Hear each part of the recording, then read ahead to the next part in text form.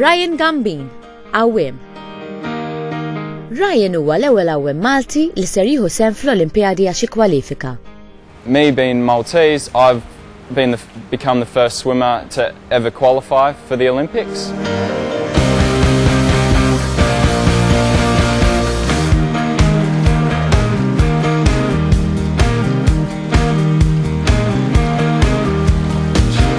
Ryan twilet u għex l-Awstralja.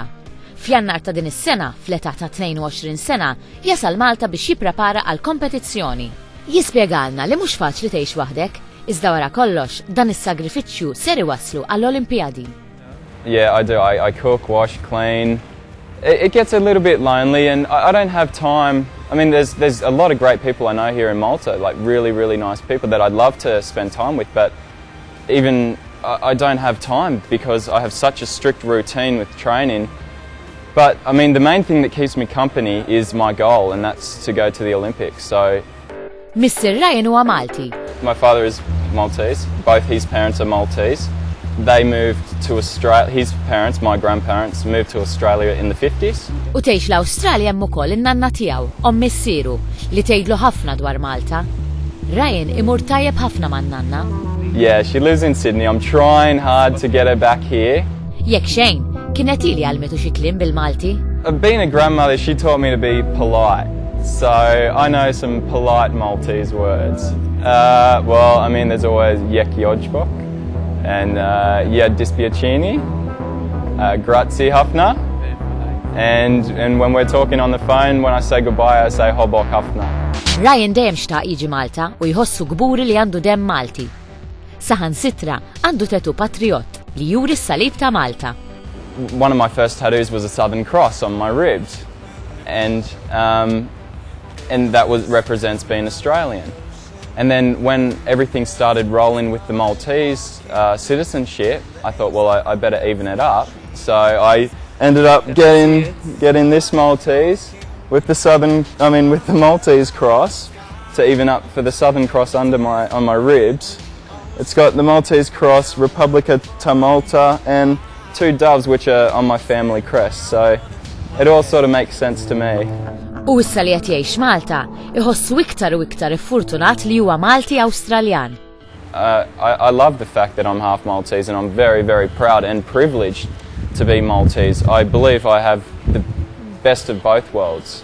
Mill-età ta' 5 snin, Ryan kien jom. Illum il-ġurnata Ryan jimmodella wkoll. Alla volja jippreferi ħafna li jkun għawwiem. Since I've been 5, I've been Ryan Gambin the swimmer. I've never been Ryan Gambin the model, and I don't think I ever will be. Ryan huwa wkoll modell għal kumpanija tal-ħwejjeġ tal-hawn. Ryan tibgħat dawn ir-ritratti lil familji u l-ħbieb tagħhom Malta. U minn hemm toħroġ l-idea li Ryan jista' jiġi hawn Malta u jirrappreżenta lil Malta fl-Olimpjadi. My mother, being like most mothers, sort of sent it right around the world and sent it to we have a fair bit of family here in Malta. They got the photos, and it was just by luck that it was for a swimwear company, and some of my family swim here. So they sort of proposed the idea and said, why not come swim for Malta? I'd have always wanted to come here. Ma' 6:30 ta' filgħodu, Ryan iqum, imur sal-pixxina nazzjonali bir-rota bħala warming up 10 minuti. I'm about to go training, start my day's training. Okay, where to? Off to the national pool first. Maybe 10 minutes.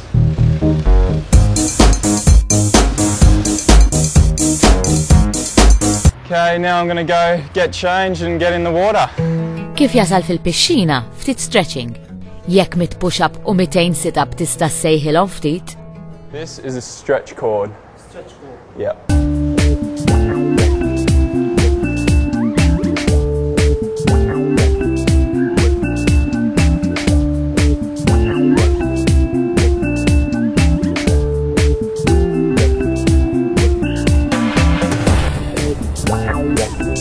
So, by the time that I'm finished, I've done all my stretch cords, done 100 push-ups and 200 sit-ups.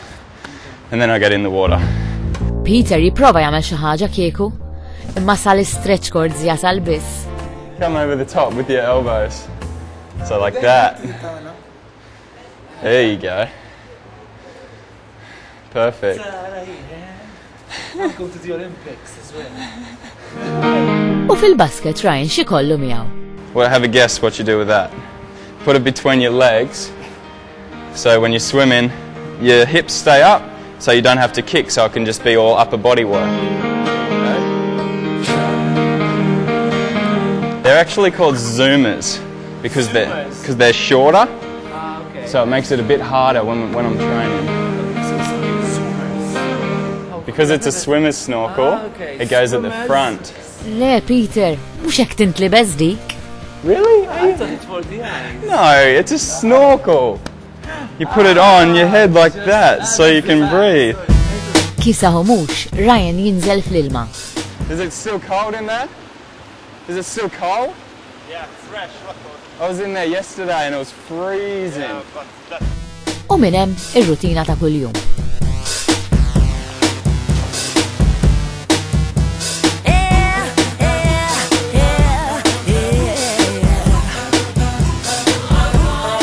Ryan jispjegalna li hu stess jippjana training tiegħu u jitrenja waħdu.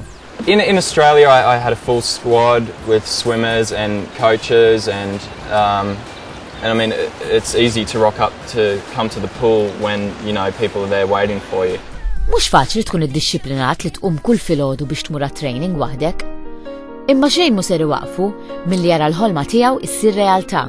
So unfortunately, I have to come and motivate myself to wake up in the morning, ride to the pool, do my exercises, then get in the water and swim. It can get a little bit lonely looking at the black line up and down.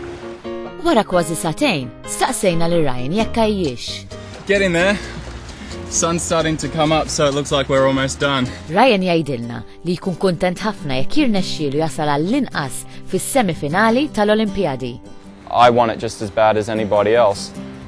I mean, if I can make the semi-finals, which will be top 16 in the world, which I believe I have, if I swim a good race, I'll have a good chance of making.